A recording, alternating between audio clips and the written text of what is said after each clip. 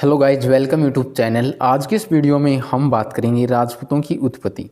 तो जो राजपूत काल है वो 7वीं सदी से 12वीं शताब्दी के बीच माना जाता है। ठीक है, तो राजपूतों की उत्पत्ति है वो अलग अलग मत दिए हैं सभी ने, तो यहाँ पर वो मत जानेंगे हम। ठीक है, तो देखिए सबसे पहले आबू पर्वत पर गुरु विशिष्ट द्वारा ये मत किसने दिया था? चंद्रबरदाई ने दिया था। तो गुरु विशिष्ट ने क्या किया? तो यहाँ पर आबू पर्वत पर गुरु विशिष्ट द्वारा 4 जातियों की उत्पत्ति की। प्रतिहार, परमार, चालुक्य, चौहान वंश। ये योद्धा जाति थी। ठीक है, मतलब कि यहाँ पर जो राक्षस टाइप के जो लोग होते थे इनको डिस्टर्ब करते थे, यज्ञ करते थे, तभी यहाँ पर ये 4 जातियाँ बनाई। ठीक है, प्रतिहार, परमार, चालुक्य, चौहान। ठीक है, तो यहाँ पर ये मत किसका है? चंद्रबरदाई का है। आबू पर्वत विशिष्ट ये मत है चंद्रबरदाई का। तो चंद्रबरदाई की रचना है पृथ्वीराज रासो। ठीक है, और यहाँ पर पृथ्वीराज रासो है। ठीक है, तो ये अग्निकुंड इसके अंदर है। तो राजपूतों की उत्पत्ति कहाँ से मानी गई है? अग्निकुंड से मानी गई है। तो राजपूतों की उत्पत्ति अग्निकुंड से मानी गई है। ये मत किसके? सूर्यमल मिश्रण के, मोणसोनैणसी के, हमीर रासो के और जयानक के। ठीक है, जयानक ने पृथ्वीराज विजय लिखी थी। ठीक है, तो ये सभी मत इनके हैं। ठीक है, कि अग्निकुंड से राजपूतों की उत्पत्ति हुई, और ये सब हम आगे पढ़ने वाले हैं। प्रतिहार, परमार, चालुक्य और चौहान। तो आगे हाँ कि अग्निकुंड से राजपूतों की उत्पत्ति हुई है। तो ये मत किसके हैं? सूर्यमल मिश्रण, मोणसोनैणसी और हमीर रासो, जयानक। तो ये सब समर्थन करते हैं इस बात का। और पृथ्वीराज विजय लिखी है जयानक ने। ठीक है, उसके बाद देखिए विदेशी जातियों से राजपूतों की उत्पत्ति। विदेशी जातियों से ये मत किसका है? Tod, Sindh, crook.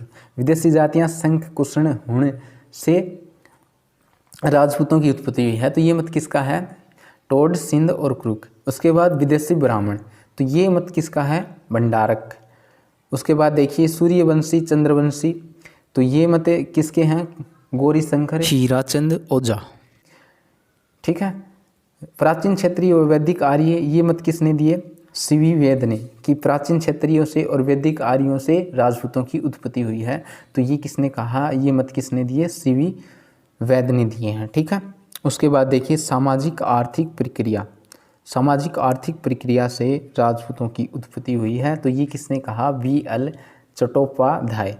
उसके बाद यहाँ पर कुषाण युच्ची से राजपूतों की उत्पत्ति हुई है। ये मत किसका है? कनिंगम का। किसका? कनिंगम का हुई है। ठीक है, विभिन्न जातियों के मिश्रण से राजपूतों की उत्पत्ति हुई है। तो ये मत किसका है? दशरथ शर्मा, VN पाठक के। ठीक है, VN पाठक इन्होंने समर्थन किया है इस बात का। उसके बाद देखिए यहाँ पर ब्राह्मण वंशीय राजपूतों की उत्पत्ति है वो ब्राह्मण वंशीय से हुई है। तो ये मत किसके हैं? दशरथ शर्मा, गोपीनाथ शर्मा और VN पाठक। ठीक है, तो इन्होंने भी ये बात का समर्थन किया है इस बात का कि भाई राजपूतों की उत्पत्ति है वो ब्राह्मण वंशीय से हुई है। ठीक है, ब्राह्मण वंशियों से हुई है।